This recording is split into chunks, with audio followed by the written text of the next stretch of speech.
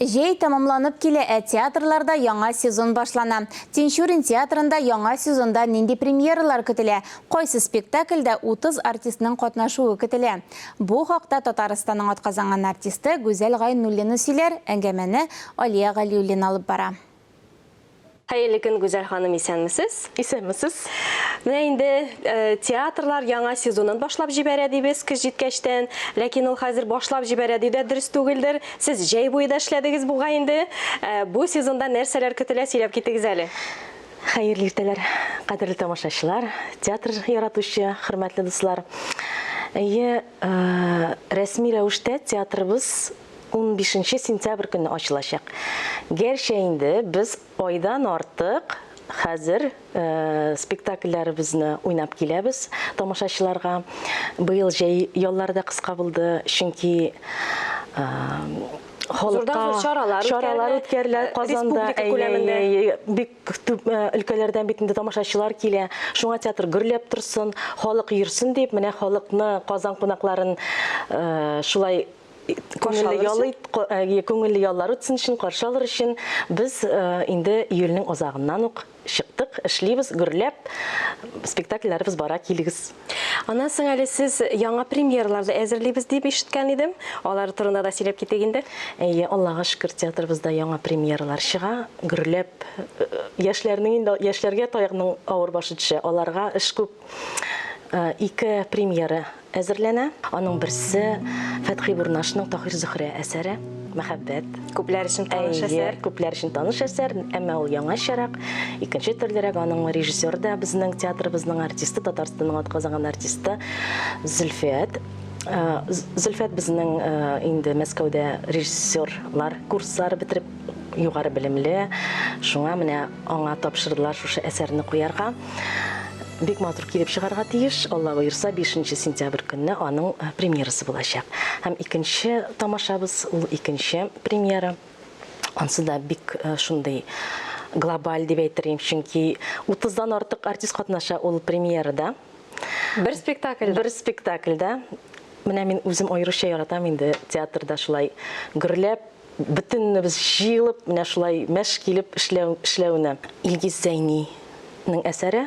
Илгиз Зәйнине бөтенебез дә беләбез бит инде, ул Курчак театрының сәнгать җитәкчесе,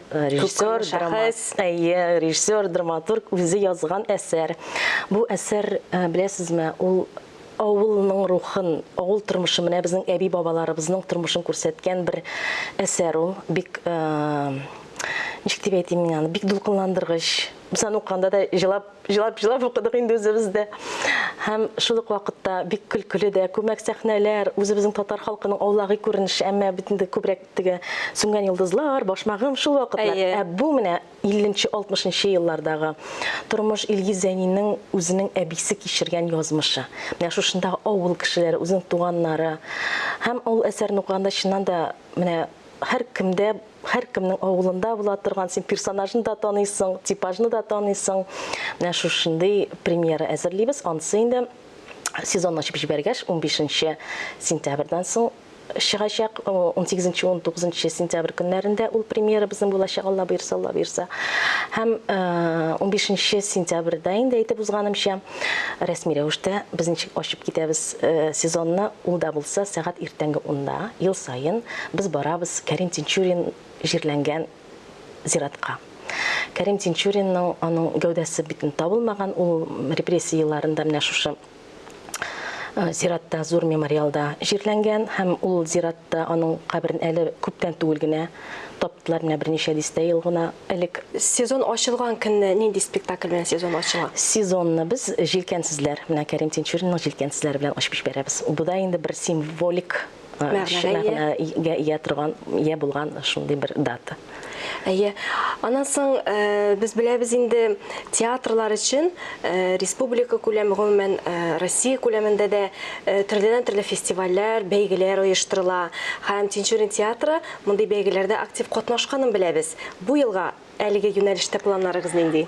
Әле бер ара менә элегрәк ничектер тукталып торып, үзебездә борчылайык, нигә безнең театр фестивальләрдә бик катнашмый дип. Былтыргы сезон менә 90-нчы сезон ул яктан безгә бай булды ул чараларга. Тинчурин театры Санкт-Петербургка да барды фестиваль белән Ашина спектаклендә катнашты. Тагын Ешкаралада Хан кызы турындагы спектакле катнашты. Һәм менә соңгы премьера Флэш Крэп һәм Мәхәббәт дигән комедия, музыкаль комедия бездә катнашты фестивальдә. Һәм әле менә тагын яңалыклар ишеттек. Мәскәүгә дә барачакбыз икән, Бийек Новгородка да барачакбыз икән, Чиләбе өлкәсенә дә чакыралар. Менә шушы фестивальләргә барып, уйнап, тамашачыларны яулап, татарлар яшәгән халыкны да Сөендереп? селкетеп кайтырбыз дип өметләнеп ятабыз әле. Бу көннәрдә яңа пьесага тотынасыз дип беләбез. Ансы турында да әйтеп үзегез. Ансын интрига, менә әле генә сөйләдем бит әле тапшыру башлаганчы сезгә. Үзебезгә дә яңалык булды, бик шатланып, менә тапшыру биткәннән соң Җигрәм театрга яңа пьеса сайлаганнар икән. Үзебезнең баш режиссерыбыз Стефан Мөхәммәтдинов утырачак менә бу әсәргә. Әле әсәрнең нәрсә турында икәнен дә, исемен дә белмибез. Бик зур интрига. Үзем өчен дә, тамашачылар өчен дә интрига булып калсын. Менә карагыз әле, әсәрне укыгач, белгәч, әзерләнә башлагач, тагын чакырсыз, сөйләрмен, нинди әсәр икән. Амин, шулай булсын. Мондый күңелле ноктада алайса без сезнең белән әлегә саубуллашып торабыз. Бик зур рәхмәт сезгә. Рәхмәт сезгә дә.